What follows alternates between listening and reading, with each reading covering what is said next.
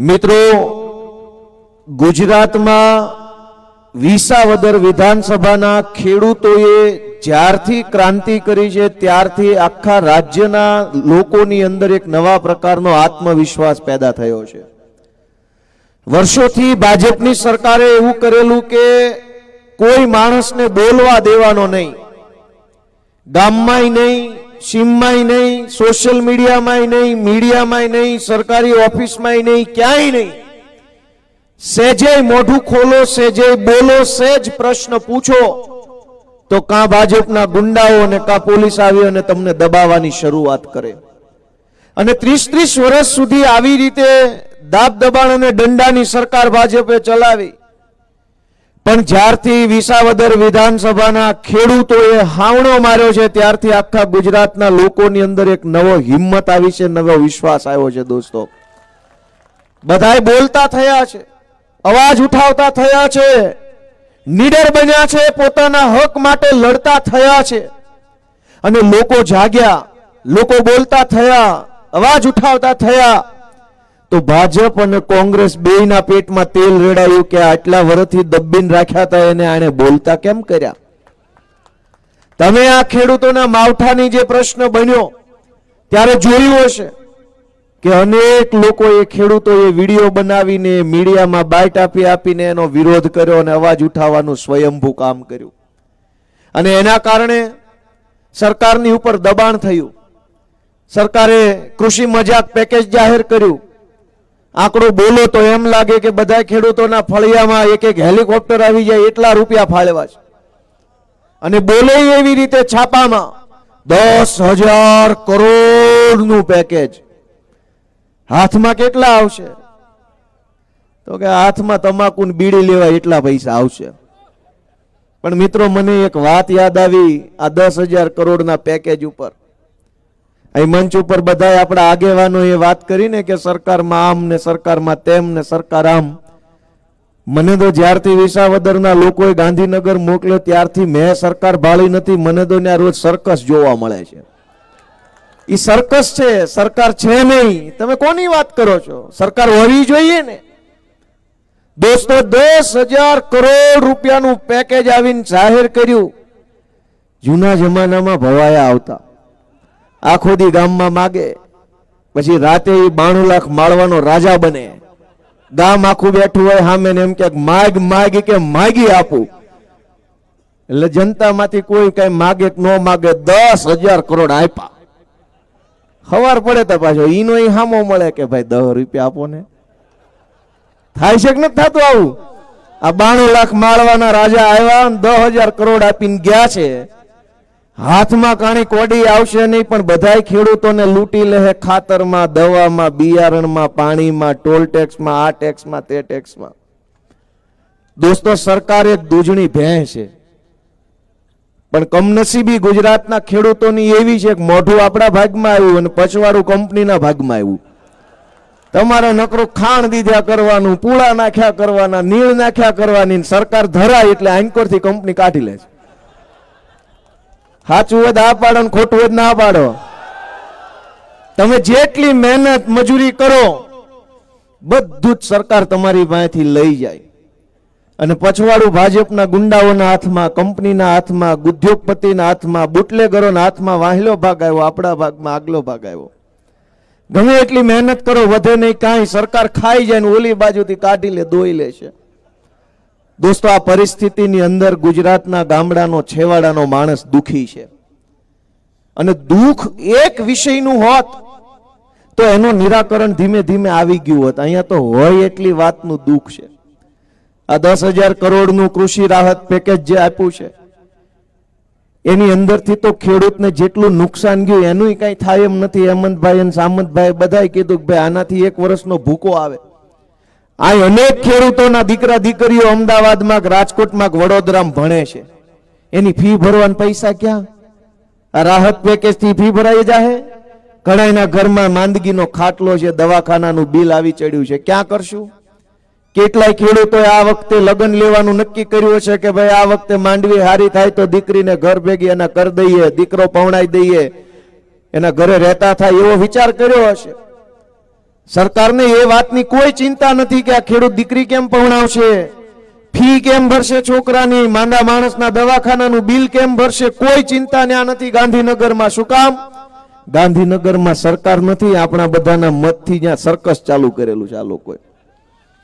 અને સર્કસ કેવી રીતે એ હું તમને કહું.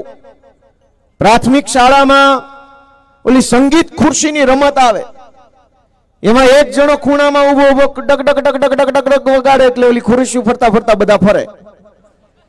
હોય છે કે નથી હોતું આવું? પછી અચાનક ઓલો વગાડતો બંધ થઈ જાય એટલે જેના હાથમાં જે ખુરશી આવીને બેસી જવાનું, ઉભા રહ્યા, આઉટ. હોય છે કે નથી હોતું આવું? ગુજરાતમાં છેલ્લા 10 વર્ષથી આવું હાલે છે. દિલ્હીમાંથી ખંજરી ખખડાવે, ડગ ડગ ડગ ડગ ડગ, મંત્રી બધા ગોળ ગોળ ફરે, કોકના હાથમાં આવીને કોકના હાથમાંથી ગઈ. 1.5-2 વર્ષ સુધી આવું હાલે. ત્યાં વળી દિલ્હીથી ડગ ડગ ડગ ડગ ડગ ડગ ડગ વગાડે ખંજરી, અહીં મંત્રી ગોળ ગોળ ફરે, કોકના હાથમાં ખુરશી આવીને કોકની ગઈ.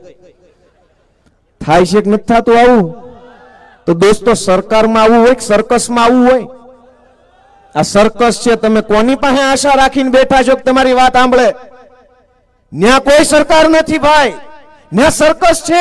એની સંગીત ખુરશીની રમત હાલે છે. અહીં આપણે વેદનાની વાત લઈને આવ્યા છીએ કે ભાઈ અમને આ તકલીફ છે, તે તકલીફ છે, ઓલી તકલીફ છે.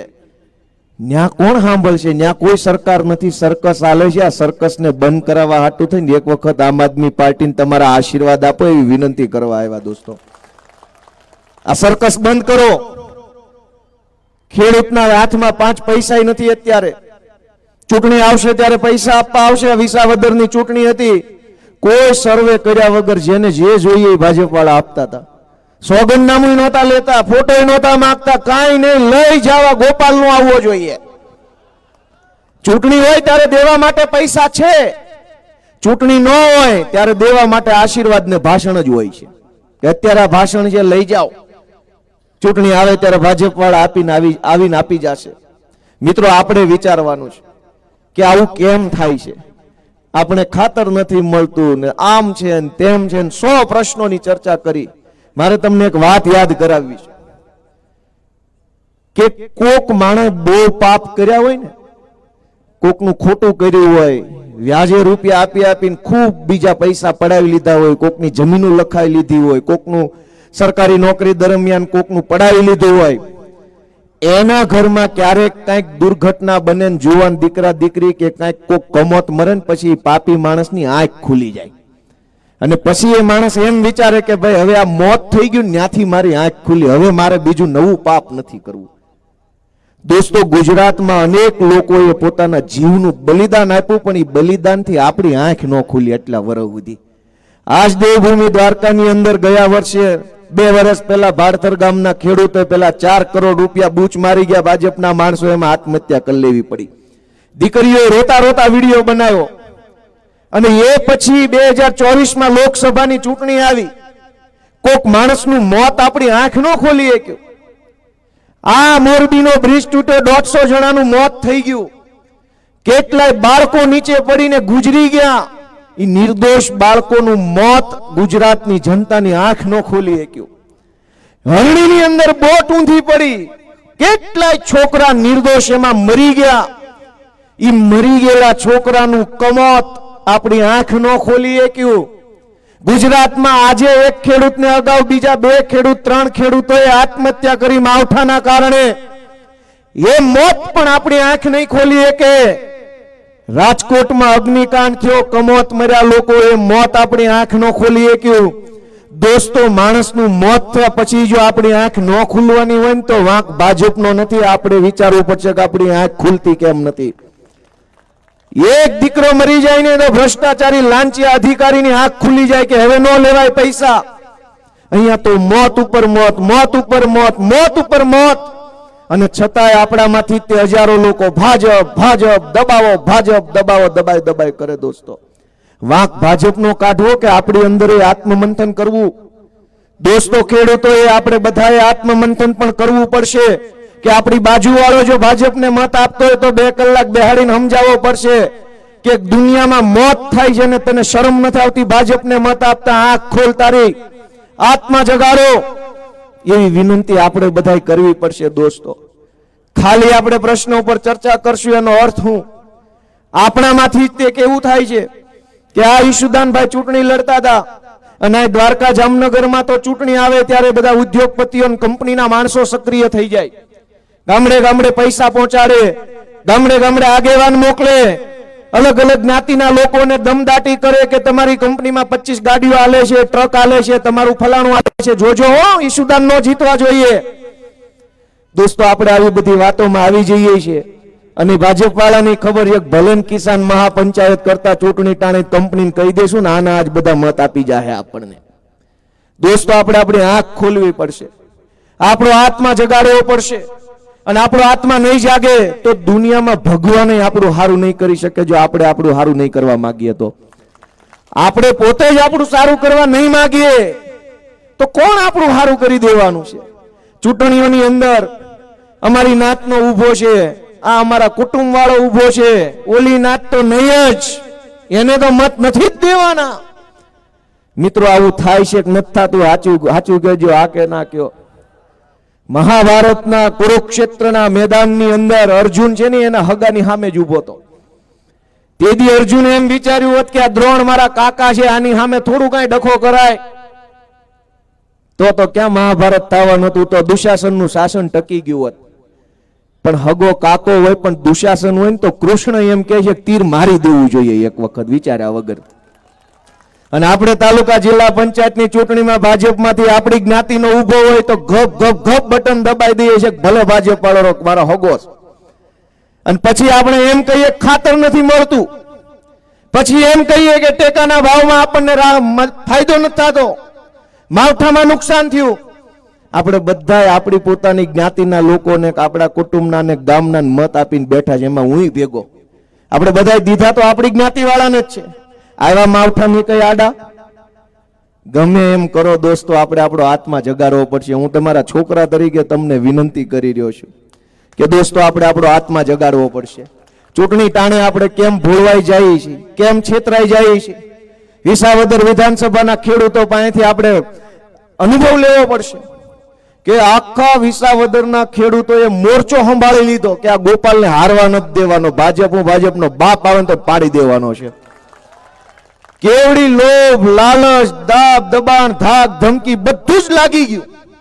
પણ ખેડૂતોએ નક્કી કર્યું ને કે ભાઈ નહીં, ભાજપ એટલે નહીં, અને ગોપાલને જીતાડવો છે તો જો 17,500 મતથી દોસ્તો એને મને તક અપાવી. ખેડૂતમાં તાકાત છે, પણ ચૂંટણી સમયે આપણી જ્ઞાતિનો આગેવાન, આપણી જ્ઞાતિના પ્રમુખ આવીને આપણને છેતરી જાય તો કકળાટ કોના મોઢે કરવાનો? ભાજપના મોઢે, આપના મોઢે કે આગેવાનના મોઢે? કાન લઈને જવું ક્યાં? મિત્રો, આપણે આપણો આત્મા જગાડવો પડશે. આપણે ખાલી એક પ્રશ્નથી નથી ઘેરાયેલા. ભાજપની સરકાર ખેડૂતોને જોઈ નથી શકતી. એ એમ ઈચ્છે છે કે આ ખેડૂત એ પોતાની બાપ દાદાની જમીનમાં ખેતી કરીને વટથી છાતી કાઢીને જીવે છે, એ નહીં હાલે. એને તો બધા માણસોની મુંડી નમી ગઈ હોય ને કમરથી વાંકા ઉભા રહે ભાજપની સામે ને એ ભાજપને જોઈએ છે. ખેડૂત કોઈ ઝૂકે નહીં, કેમ કે બાપ દાદાની જમીન છે ને હાથની મહેનત કરીને ખાવું છે. કોઈનું હુકામ સહન કરે? ભાજપ એમ ઈચ્છે છે કે ખેડૂત છે ને એ બરબાદ થઈ જવા જોઈએ, ગામડા મૂકીને ભાગીને શહેરોમાં વહી જવા જોઈએ, ન્યા મજૂરી કરે, કોકને ન્યા પાર્કેટ દેખાણે તો કંઈક આપણે કહીએ એમ કરશે. આ બાપ દાદાની જમીનમાં રહે ને ત્યાં સુધી આપણું માનશે નહીં. અને એટલે તમે જુઓ કે ડુંગરમાંથી માલધારી ખાલી કરાવવાની વાત કરી ઈશુદાનભાઈ અને બધા આગેવાનોએ. અમારે ત્યાં જૂનાગઢના સાસણના જંગલમાં ઘણા નેહડા છે, ત્યાંથી માલધારીઓને બહાર કાઢ્યા. અહીં બરડામાંથી બહાર કાઢવાનો પ્રયત્ન થઈ રહ્યો છે. વાત એટલી મર્યાદિત નથી, ખાલી ડુંગરમાંથી બહાર કાઢવાની વાત નથી. આ હારો હુંવાળો મલક છે ને, મલક ખાલી કરાવીને તમને બધાને શહેરમાં જબરજસ્તી મોકલવાનું ષડયંત્ર ભાજપે હાથ ધર્યું છે. કે અહીં કોઈ હોવો જ ન જોઈએ. આ કિંમતી જમીન, આ ડુંગરા, આ જંગલ, આ નદીઓ, આ કોતરું, આ બધું કંપનીઓને આપી દો ને તમે જાઓ શહેરોમાં મજૂરીઓ કરો કોઈ કંપની વાળા ન્યા. તમે આ સ્વાભિમાનથી કેમ જીવો છો? અને એટલે ખેતી મૂકીને ખેડૂત ભાગી જાય, શહેરોમાં જબરજસ્તી જવું પડે. તમે જો ઇલેક્ટ્રિકના થાંભલાની લાઈનો આવે, પ્રકાશભાઈ વાત કરી, મન ફાવે નાથી લાઈનો નીકળે છે, મન ફાવે નાથી. અને લાઈન પોલીસ હોતી આવે, પોલીસ વાળા તે આપણા છોકરા હોય છે ને એની પાસે ભાજપ વાળા આપણને ધોકા મરાવડાવે છે. કોન્સ્ટેબલો કઈ કઈ ઉદ્યોગપતિ છોકરા નથી બનતા, આપણા છોકરા કોન્સ્ટેબલ બને છે. આપણા છોકરા પીએસઆઈ હોય એની જ પાસે આપણી ઉપર ધોકા મરાવડાવ્યા ભાજપની સરકાર. અને મન ફાવે એમ લાઈનો નીકળે, મન ફાવેના રોડ નીકળે, મન ફાવેના કેનાલના નામે સંપાદન થાય, જમીનો મફતના ભાવે પડાવી લે. સહકારી મંડળીમાં તમે ધિરાણ લેવા જાઓ તો તમારા નામે કેટલી ખોટી સહીઓ કરીને કરોડો રૂપિયાનું ધિરાણ ભાજપ વાળાએ લઈ લીધું હોય. વાત સાચી કે ખોટી? દોસ્તો, એક મુદ્દાની સમસ્યા નથી. સંપાદનના નામે જમીન પડાવી લેવી, લાઇટના થાંભલાના નામે માર મારવો, સહકારી મંડળીમાં ધિરાણ લેવા જાઓ તો ધિરાણના નામે બોગસ સહીઓ કરીને અનેક ખેડૂતોના નામે ખોટી લોનો લઈ લીધી છે. આ પ્રશ્ન છે. થોડોક માલ મહેનત મજૂરી કરીને પાક એન્ડ માર્કેટિંગ યાર્ડમાં વેચવા જાવ તો ન્યા કરદો કરી નાખે આપણો. સહેજ બોલો તો પોલીસ પકડી જાય. સરકાર ચારેય બાજુથી એવો પ્રયત્ન કરે છે કે આ લોકો ગામ ખાલી કરીને વયા જાય તો આ કિંમતી જમીન ઉદ્યોગપતિને આપી દઈએ, આખે આખી ગામ હોતી. દોસ્તો, વિચારવાનું આપણે છે, આ બધું આપણા હાથમાં છે કે હવે હું ભવિષ્ય આપણું બનવાનું છે. આપણે જો ચૂંટણીઓની અંદર જાગૃત નહીં રહીએ, સજાગ નહીં રહીએ તો આપણું બધું જ વેચાઈ જવાનું છે. સીધી રીતે નહીં તો આડકતરી રીતે. આ સોલાર ને પવન ચક્કીઓ આવી ચારે બાજુ, કંપનીઓ કરોડો રૂપિયા કમાય છે. ખેડૂતને શું મળ્યું? ખેડૂતને કાંઈ મળ્યું નથી. અને ખેડૂતે જ્યારે માવઠા ટાણે સહાય માગી તો સહાયના નામે મજાક કરી. ચૂંટણી તમે બધા તમારા ગામમાં જે ભાજપનો માણસ હોય એને જરાક પૂછજો કે ચૂંટણી ટાણે તો બહુ ડબલ એન્જિન કરો છો. ચૂંટણી ટાણે તો ડબલ એન્જિન હોય છે, ઉપરે અમારી ને હેઠે અમારી. હેઠે વાળા 10 આપ્યા, કયો ઉપર વાળાને છાળે ઈ નાખે 50,000 કરોડનું પડીકું કરી દે. ડબલ એન્જિન જ છે તો કેન્દ્ર સરકારના પૈસા આવવા જોઈતા હતા. અહીંયા કેન્દ્ર વાળા કાકા તો કઈ બોલવાય તૈયાર નથી. જ્યારથી વિસાવદર વાળી થઈ છે ને ઝટકા ન્યા સુધી ગયા છે એના, એ તો ક્યાંય બોલવાય તૈયાર નથી. દોસ્તો, હું તો તમને એટલી વિનંતી કરવા આવ્યો છું તમારા દીકરા તરીકે કે પ્રશ્ન છે. એક પ્રશ્ન નથી, 2 નથી, 50 નથી, 60 નથી, 100 પ્રશ્નોથી આપણું જીવન ઘેરાયેલું છે. જવાબ એક જ છે કે એક વખત આને કાઢો અને એક વખત જનતાની સરકાર બનાવો ને તો જ આ બધા પ્રશ્નોનું નિરાકરણ આવવાનું છે. દોસ્તો મિત્રો, ગુજરાતની અંદર હજારો જગ્યાએ જનતા સાથે અન્યાય થાય છે અને એમાં કોઈ વાત સાંભળવામાં આપણી નથી આવતી. સરકાર તો પોતાની વાત ન માને એ મંત્રી બદલી નાખે છે. સરકારની વાત ન માને એ મંત્રી બદલાઈ જાય, સરકારની વાત ન માને એ એસપી બદલાઈ જાય, સરકારની વાત ન માને એ ધારાસભ્યની ટિકિટો કપાઈ જાય છે. તો તમારી વાત ન માની સરકાર નહીં બદલી શકો તમે? એની વાત ન માને એ બધું બદલાઈ જાય છે. તો તમારી વાત ન માને તો તમારે શું કરવું જોઈએ? દોસ્તો, વિચારો અને જે કાંઈ તમારો આત્મા કે, તમારું મન એમ કે ભાઈ આ અમારા દીકરા ગોપાલની વાત સાચી છે તો ગામ આખાને જઈને કહેજો કે સરકારને ન ફાવે સરકાર બદલી નાખે ને અમને ન ફાવે તો અમે સરકાર બદલી નાખીએ. આટલી સીધી સરળ વાત છે. અને મિત્રો, બીજી એક વાત એ કહેવા જેવી છે કે આ જ્યારથી અમારા રાજુભાઈ કરપડા, પ્રવીણભાઈ રામના નેતૃત્વમાં અમે ખેડૂતો માટેની લડાઈ હાથ ધરી, ભાજપ વાળાને તો ઠીક છે, ન ગમે એને તો બરાબર છે, ઓલ્યા નહીં ન ગમ્યું, એને ઉપાડો એક ધારો લીધો છે.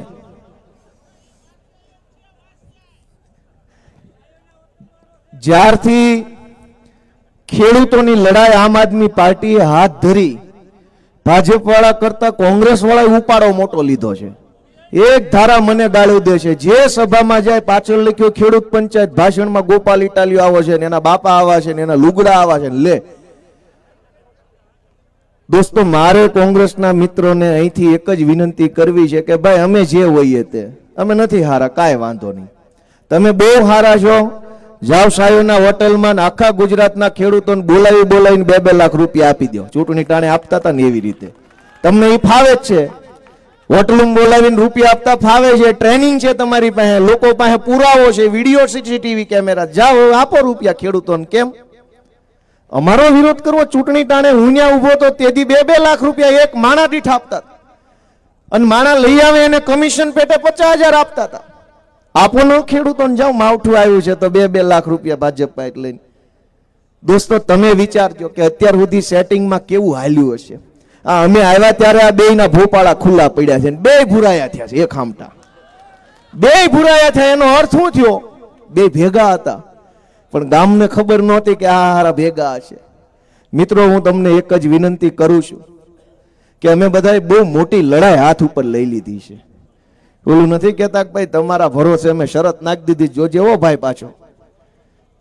અમે તમારા ભરોસે બહુ મોટી લડાઈ હાથ ધરી છે, ભાજપની સામે બાંધીએ છે. અમારે કાંઈ જોતું નથી. આ મંચ ઉપર બેઠેલા માણસોને પૈસા જોતા હોત તો આમ આદમી પાર્ટીમાં હોય, ભાજપમાં જવાય. પૈસા જોતા હોય કઈ પાર્ટીમાં જવાય? મોટા મોટા હોદ્દા જોતા હોય કઈ પાર્ટીમાં જવાય? તાત્કાલિક મંત્રી બનવું હોય કઈ પાર્ટીમાં જવાય? જેને તાત્કાલિક મંત્રી નથી બનવું, જેને પૈસા નથી જોતા, જેને હોદ્દા નથી જોતા ને ઈ આ સ્ટેજ ઉપર બેઠા છે, ગુજરાતના ખેડૂતો માટે લડી રહ્યા. દોસ્તો, જોતું હોત તો ઓલા કાકાએ દુકાન ખોલી જ છે, ટેકાના ભાવે જે ભાવે લઈ લે છે. દોસ્તો, જેને નિસ્વાર્થ ભાવે ગુજરાતના છેવાડાના માણસની વેદનાને વાચા આપી છે, ઈ લોકો આ મંચ ઉપર બેઠા છે અને તમારે એની રાહ રાખવાની છે, તમારે એનું બાવડું ચાલવાનું છે. દોસ્તો, એ વિનંતી બધાને હું કરું છું. તમારા ટેકે અમે હાલીએ છીએ. ચૂંટણી આવશે ત્યારે અમારી જ્ઞાતિ, ઓલી જ્ઞાતિ, આ આપણી જ્ઞાતિનો વિરોધી છે, ગોપાલ ઇટાલી, આવું બધું આવશે. જ્ઞાતિના સમર્થકો કરવાનારાની સામે નહીં બોલે. અનેક વખત એવા વોટ્સએપ ઉપર મેં ઈશુદાન ગઢવી આપણી જ્ઞાતિની વિરોધી છે, ગોપાલ ઇટાલિયા ઓલી જ્ઞાતિની વિરોધી છે. દોસ્તો, બધી જ ચૂંટણીની માયાજાળો છે. તમે બધાના આશીર્વાદની અમને જરૂર છે કે અમે કોઈ દિવસ જીવનમાં ખરાબ કામ નથી કર્યું.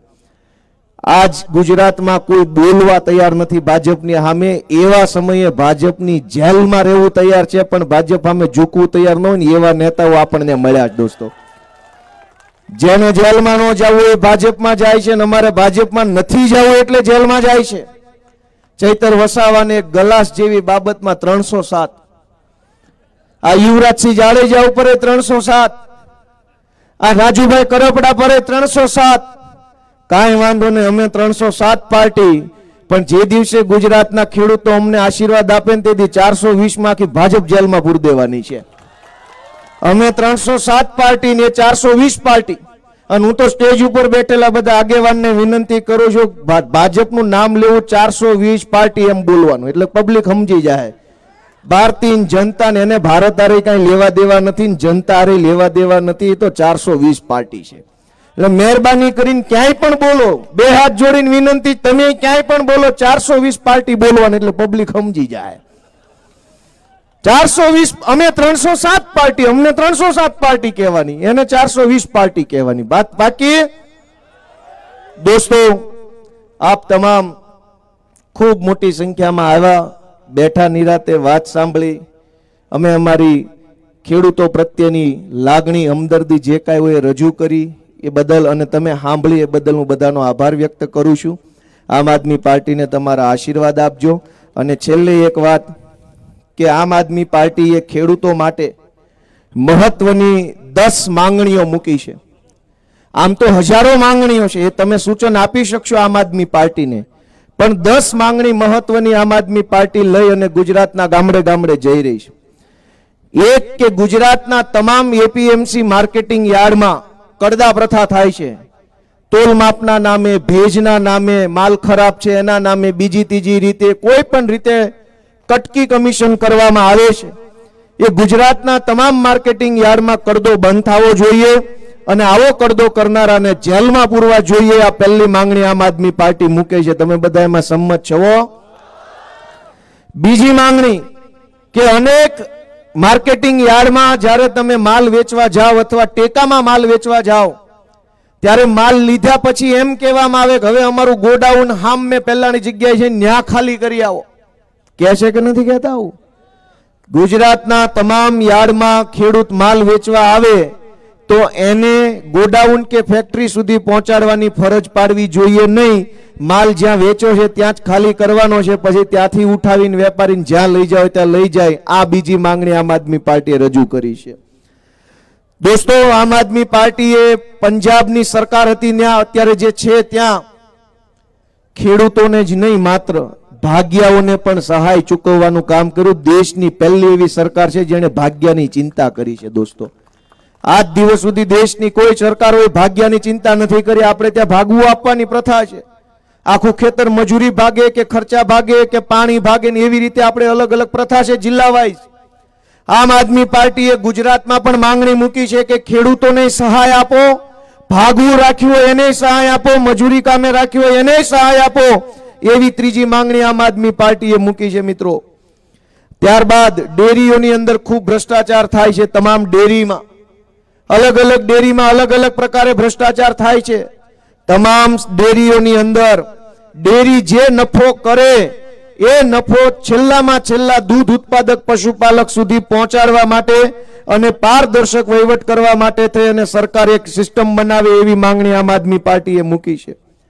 પંજાબમાં જેમ ખેડૂતોને 12 કલાક દિવસે મફત વીજળી આપવામાં આવે છે, એવી રીતે ગુજરાતમાં પણ દિવસે મફત 12 કલાક વીજળી આપવામાં આવે એવી માંગણી આમ આદમી પાર્ટીએ 5મા નંબરે મૂકી છે. અલગ અલગ ખેડૂત આંદોલનો જે થયા બોટાદમાં, સાબરકાંઠામાં, સાણંદમાં, કચ્છમાં, ત્યાં થરાદ વાવની અંદર ભારતમાલા પ્રોજેક્ટમાં અલગ અલગ ખેડૂત આંદોલનોમાં પોલીસનો ઉપયોગ કરી જે ખોટી એફઆઈઆર કરવામાં આવી છે એ તમામ એફઆઈઆરો રદ કરવામાં આવે અને નિર્દોષ ખેડૂતોને છોડી દેવામાં આવે એવી એક માંગણી આમ આદમી પાર્ટીએ મૂકી છે. દોસ્તો, ટેકાના ભાવે 10% કે 20% માલ જ ખરીદવામાં આવે છે. સોયાબીન હોય કે ચણા હોય કે અડદ હોય કે મગફળી હોય કે કપાસ હોય, 10%, 20%, 30% માલ જ ટેકાના ભાવે ખરીદવામાં આવે છે. આમ આદમી પાર્ટી માંગણી કરે છે કે 100% માલ ટેકાના ભાવે સરકારે ખરીદી લેવો જોઈએ. જેટલું ઉત્પાદન થયું એ બધું જ લઈ લેવું જોઈએ. ત્યારબાદ ખાતર સમયસર અને જોઈએ એટલું મળી રહે એવી માંગણી પણ આમ આદમી પાર્ટીએ મૂકી છે. 9મા નંબરે શેરડીનું ઉત્પાદન કરતા ખેડૂતોની માંગણી કે સુગર મિલો પાસેથી અમને કરોડો રૂપિયા લેવાના બાકી છે, સુગર મિલોમાંથી પૈસા લેવાના બાકી હોય એ શેરડી પકવતા ખેડૂતોને મળે એની માંગણી આમ આદમી પાર્ટીએ મૂકી છે. અને સીસીઆઈ દ્વારા 1 ડિસેમ્બરથી કપાસની ખરીદી વહેલી ચાલુ કરવામાં આવે એવી માંગણી આમ આદમી પાર્ટીએ મૂકી છે. તમે બધા એમાં સંમત હોય તો જરાક હા પાડો કે આ વાત વ્યાજબી છે. આપ સૌનો હૃદયપૂર્વક ખૂબ ખૂબ આભાર. ભારત માતા કી જય. જય જય ગરવી ગુજરાત. જય કિસાન.